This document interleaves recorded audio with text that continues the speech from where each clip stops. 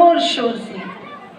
हम सभी पास्टरेट कमेटी के सदस्य और कलीसिया के अन्य सदस्य आपके सामने प्रस्तुत करने जा रहे हैं एक लघु नाटिका जिसका शीर्षक है यीशु का जन्म। यह नाटिका हमारी कलीसिया के priest incharge reverend S Nilesh Singh एवं सहायक पासवान पास्टर नीरज विक्टर की अगुवाई व मार्गदर्शन में तैयार की गई है तथा पास्टरेट कमेटी के कर्मठ सदस्य मिस्टर रजनीकांत डैनियल के निर्देशन में तैयार की गई है। वैसे तो ये नाटिका विगत वर्ष मिस्टर ऑस्टिन रूबिन के द्वारा लिखी और तैयार की गई थी, परंतु इस वर्ष हमने मिसेस मोनिका रूबिन की सहायता से इस नाटिका में कुछ अंश और जोड़े हैं। मिसेस मोनिका रूबिन जो हमारी कलीसिया की ट्रेजरर होने के साथ साथ हमारी विशेष सहयोगी के रूप में कार्य करती हैं। तो लीजिए, प्रस्तुत है लघु नाटिका यीशु का जन्म।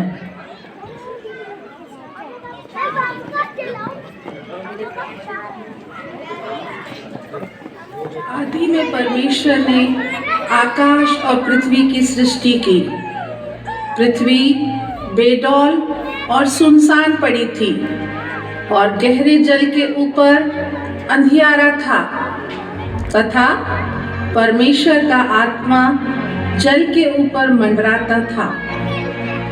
इस प्रकार परमेश्वर ने सृष्टि की रचना की और मनुष्य को अपने स्वरूप और समानता में बनाया और परमेश्वर उनके साथ संगति करता था।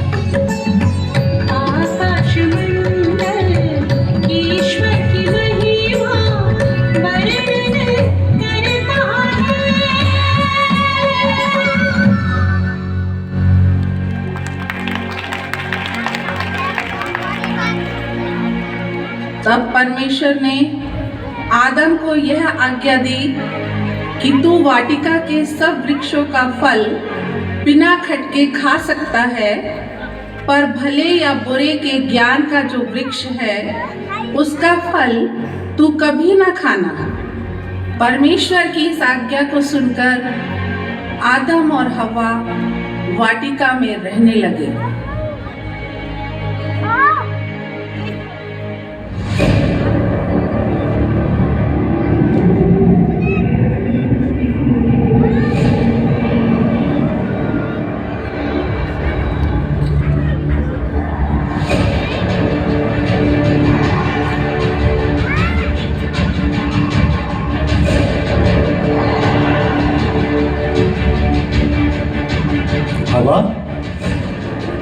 हवा, तू ये सब क्या खा रही है? अभी तक तूने इस वृक्ष का फल नहीं खाया? नहीं नहीं, परमेश्वर ने इस वृक्ष के फल को खाने के लिए मना किया है। तू एक बार इस फल को चखकर तो देख, खाकर तो देख, यह फल कितना स्वादिष्ट है। नहीं, मैं इस फल को नहीं खा सकती और ना ही परमेश्वर की आज्ञा का उल्लंघन कर सकती हूँ।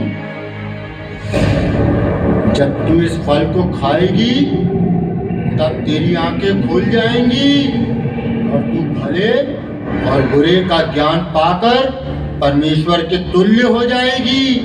आप समझी?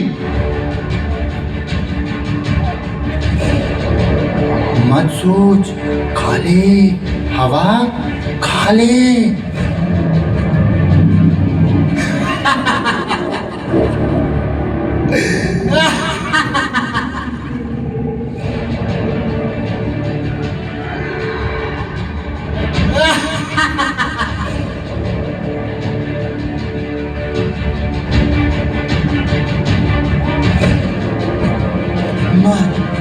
मार से, मार से।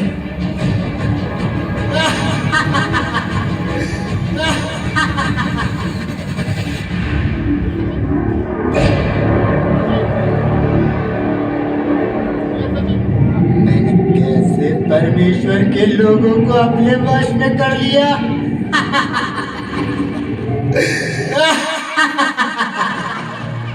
पर शैतान इस बात से अज्ञात था कि परमेश्वर अपने लोगों को कभी नहीं छोड़ता। नासरत के बैतलहम गांव में परमेश्वर द्वारा मनुष्यों के उद्धार की योजना पूर्ण हो रही थी।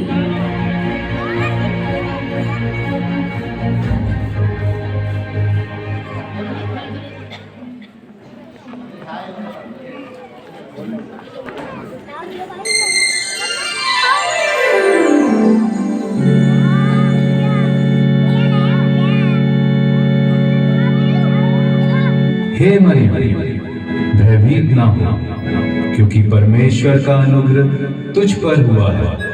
देख, तू गर्भवती होगी और तेरे एक पुत्र उत्पन्न होगा। तू उसका नाम यीशु रखना। वह महान होगा और परम प्रधान का पुत्र कहलाएगा, और प्रभु परमेश्वर उसके पिता दाऊद का सिंहासन उसको देगा, और वह याकूब के घराने पर सदा राज्य करेगा, और उसके राज्य का अंत ना हो। ये कैसा अभिवादन है? देख, पवित्र आत्मा तुझ पर उतरेगा और परम प्रधान की सामर्थ तुझ पर छाया करेगी। इसलिए वह पवित्र जो उत्पन्न होने वाला है परमेश्वर का पुत्र कहलाएगा। और देख, जो वचन परमेश्वर की ओर से होता है वह प्रभाव रहित नहीं होता। और ये क्यों होगा? मैं तो उस पुरुष को जानती भी नहीं। देख, पवित्र आत्मा तुझ पर उतरेगा और परम प्रधान की सामर्थ तुझ पर छाया करेगी। इसलिए वह पवित्र जो उत्पन्न होने वाला है परमेश्वर का पुत्र कहलाएगा। और देख, जो वचन परमेश्वर की ओर से होता है वह प्रभाव रहित नहीं होता। हे परमेश्वर के दूत, देख, मैं तो प्रभु की दासी हूँ, मुझे तेरे वचन के अनुसार हो।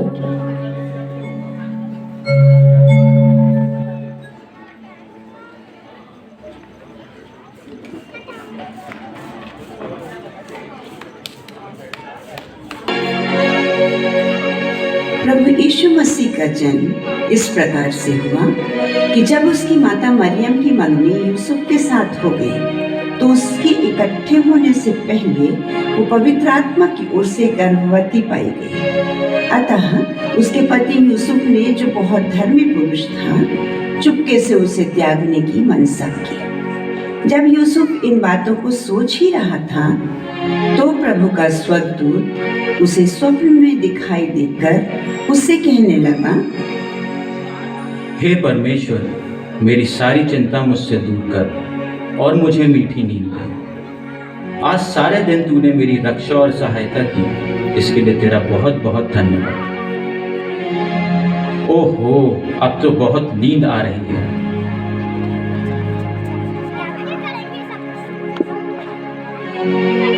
हे परमेश्वर, अब तू ही बता कि मुझे ऐसी परीक्षा के समय में क्या करना चाहिए। हे यूसुफ, दाऊद की संतान, तू अपनी पत्नी मरियम को अपने यहाँ ले आने से मत डर, क्योंकि जो उसके गर्भ में है वह पवित्र आत्मा की ओर से है। वह पुत्र जनेगी और तू उसका नाम यीशु रखना, क्योंकि वह अपने लोगों का उनके पापों से उद्धार करेगा। ओह, ये कैसा अद्भुत स्वप्न है। ऐसा मालूम होता है कि परमेश्वर ने अपने दूत के द्वारा मुझसे बात की है।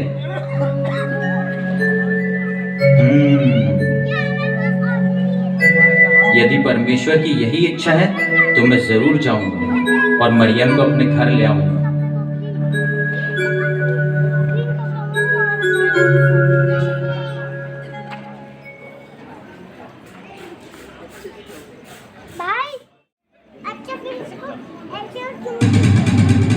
सुनो सुनो सुनो, महाराजा धीराज अगस्तुस कैसर की आज्ञा है कि अब लोग नाम लिखवाने के लिए अपने अपने नगर को जाएं।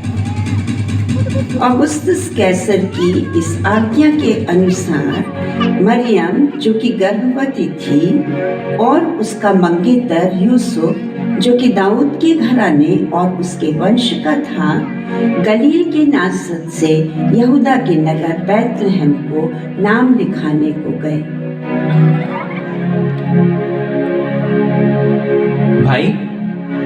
भाई, क्या आपके सराय में हमें थोड़ी सी जगह रहने के लिए मिल सकती है? नहीं परदेसी, हमारी सराय में बिल्कुल भी जगह खाली नहीं है।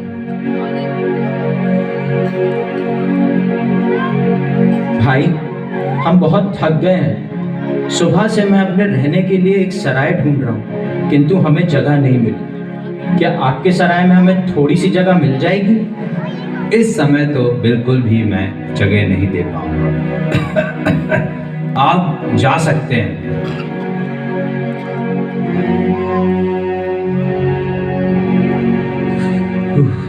क्या आप ही इस सराय के मालिक हैं? हाँ हाँ, मैं इस सराय का मालिक हूँ। कहाँ से आए हो?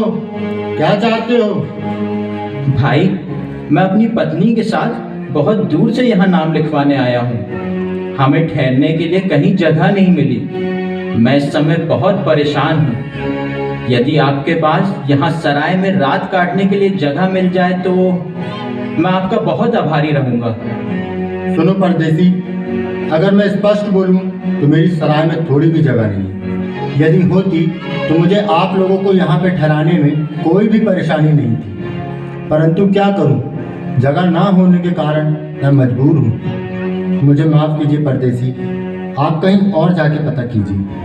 भाई, मेरी पत्नी की हालत सचमुच बहुत चिंताजनक है। वह गर्भवती भी है। उसे आराम की बहुत ज़रूरत है। कृपया इस कठिनाई के समय मेरी सहायता कीजिए।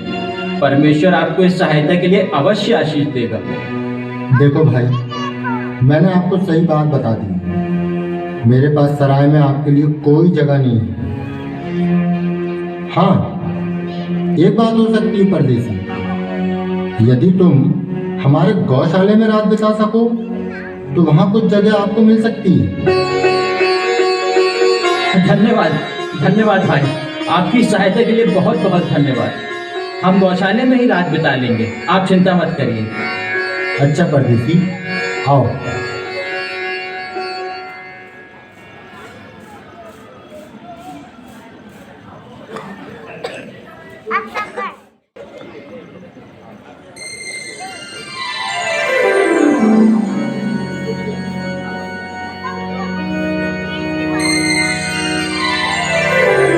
मत डरो, क्योंकि देखो, मैं तुम्हें बड़े आनंद का सुसमाचार सुनाता हूँ जो सब लोगों के लिए होगा कि आज दाऊद के नगर में तुम्हारे लिए एक उद्धारकर्ता जन्मा है और यही मसीह प्रभु है।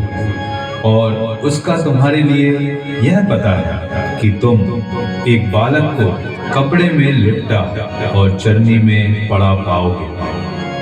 आकाश में परमेश्वर की महिमा और पृथ्वी पर उन मनुष्यों में जिनसे वह प्रसन्न है शांति हो।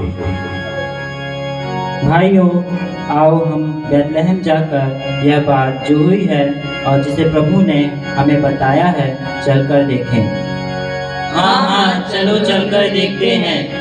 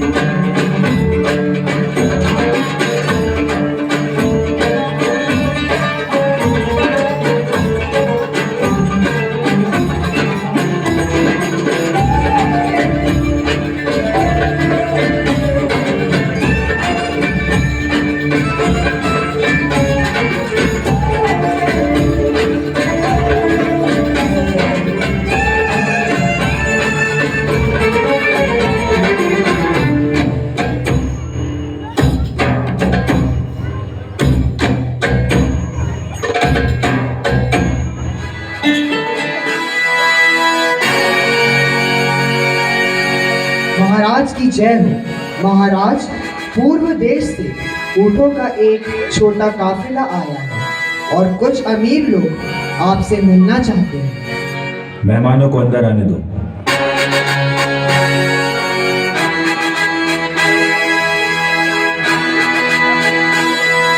महाराज की जय हो। हम पूरब देश के ज्योतिषियों का नमस्कार स्वीकार करें। बैठिए श्रीमान, हम अपने मेहमानों का स्वागत करते हैं।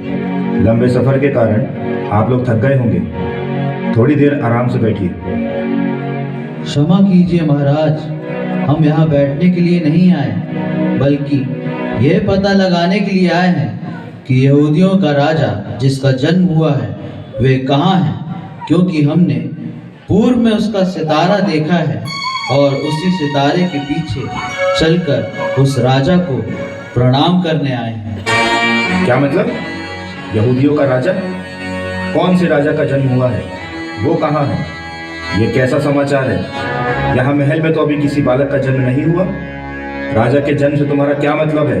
साफ साफ कहो। महाराज, हम अपने शास्त्रों और ग्रंथों में इस बालक राजा के बारे में पढ़कर एक विशेष तारे के पीछे चलते चलते यहाँ तक आए हैं। हमें विश्वास है कि इस महान राजा का जन्म हो चुका है। मुझे तो ऐसा लगता है कि आप लोगों को कोई बड़ा धोखा हुआ है, क्योंकि राजा का जन्म इस महल के अलावा और कहाँ हो सकता है? महाराज, हमें अपने अध्ययन पर गर्व है। हम ज्योतिषी हैं और हमें सितारों का भी अच्छा खासा ज्ञान है। हम धोखा नहीं खा सकते महाराज। महामंत्री, शास्त्रियों और धर्म ज्ञानियों को जल्दी बुला कर लाओ।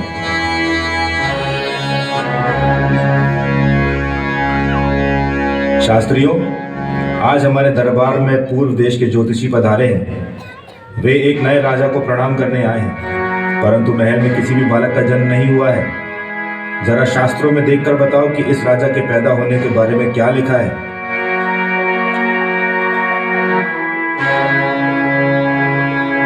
जय राम महाराज, यहाँ लिखा है उसका जन्म यहूदियों के बैतलहम में होगा, क्योंकि भविष्यवक्ता द्वारा इस प्रकार कहा गया है, हे बैतलहम जो यहूदा के देश में है, तो किसी रीति से यहूदा के अधिकारियों में सबसे छोटा नहीं, क्योंकि तुझ में से एक अधिपति निकलेगा जो मेरी प्रजा इज़राइल की रखवाली करेगा। अच्छा, तो ये बात है। तो इस नए राजा का जन्म बैतलहम में होगा।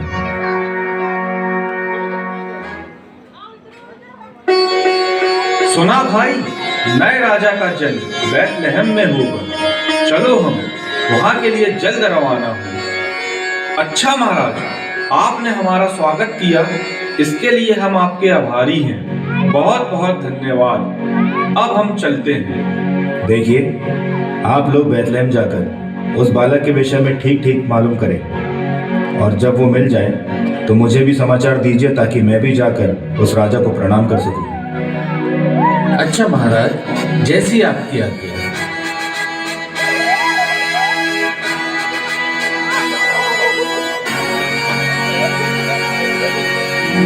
ये कौन सा राजा पैदा होने वाला है? क्या मैं इसके लिए अपना राजपाट छोड़ दूं? नहीं, ऐसा कभी नहीं हो सकता। मैं हर कीमत पर अपने दुश्मन से टक्कर लेने के लिए तैयार हूं। हेरोदेश राजा राजा है और राजा ही रहेगा। जैसे ही ये मूर्ख ज्योतिषी आकर मुझे उस राजा की खबर देंगे, मैं उसका कत्ल कर दूंगा। हेरोदेश राजा था, राजा है और राजा रहेगा।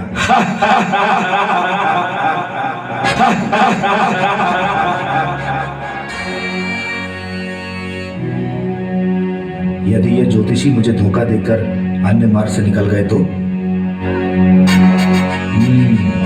ठीक है, मैं बैतलहम के और उसके आसपास के सब बालकों को जो 2 वर्ष और उससे छोटे होंगे मरवा डालूंगा। मैं राजा हूं, राजा, राजा हेरोदेस।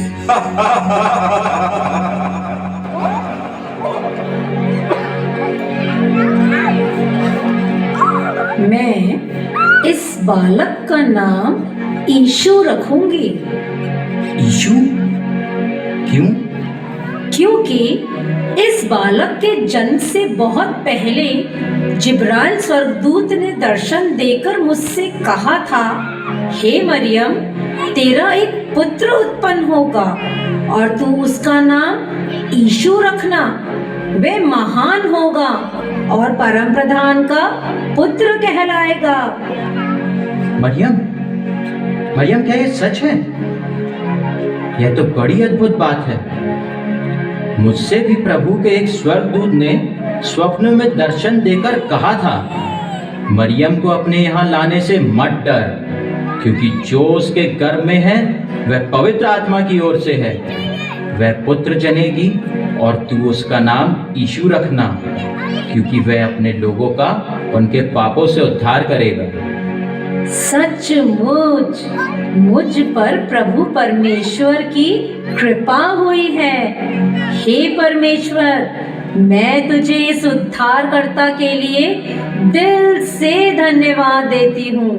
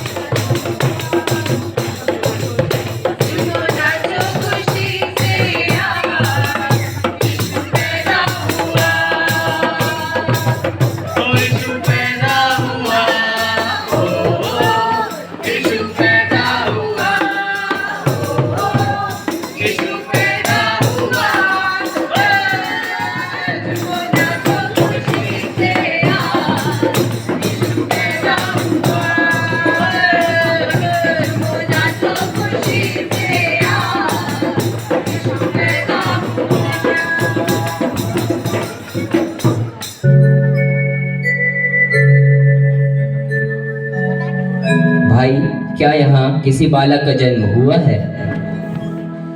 हाँ भाई, परमेश्वर की कृपा से यहाँ एक बालक ने जन्म लिया है। वह देखो, कपड़े में लिपटा चरनी में लेटा हुआ सो रहा है। ये तो बड़े आश्चर्य की बात है।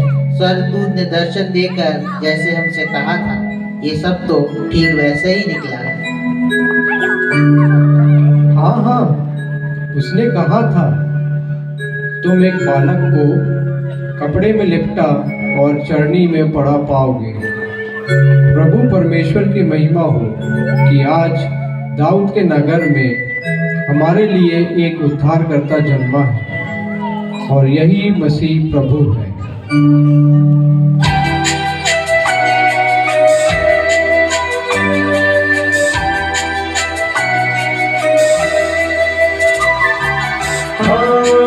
राजा पूरब के हैं, नजरें भी सब वहीं की है। सब दूर का पीछा दूर का करके हम आए हैं।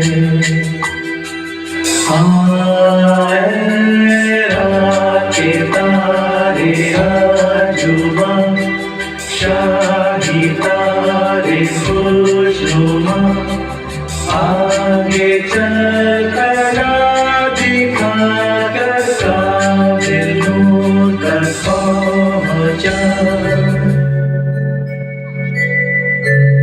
बच्चों और आप सभी दर्शक जिन्होंने देखा और सुना भी कि परमेश्वर का इकलौता पुत्र हमारा प्रभु यीशु किस प्रकार से बैतलहम के गौशाले में आए और चरनी में जन्म लिया, क्योंकि उन्होंने हमसे प्यार किया।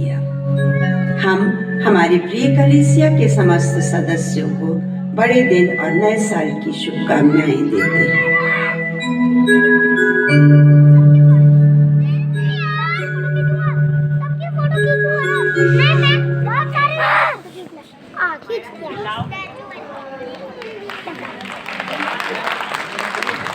बड़े दूर से एक मेहमान हमारे बीच में पधार रहे हैं।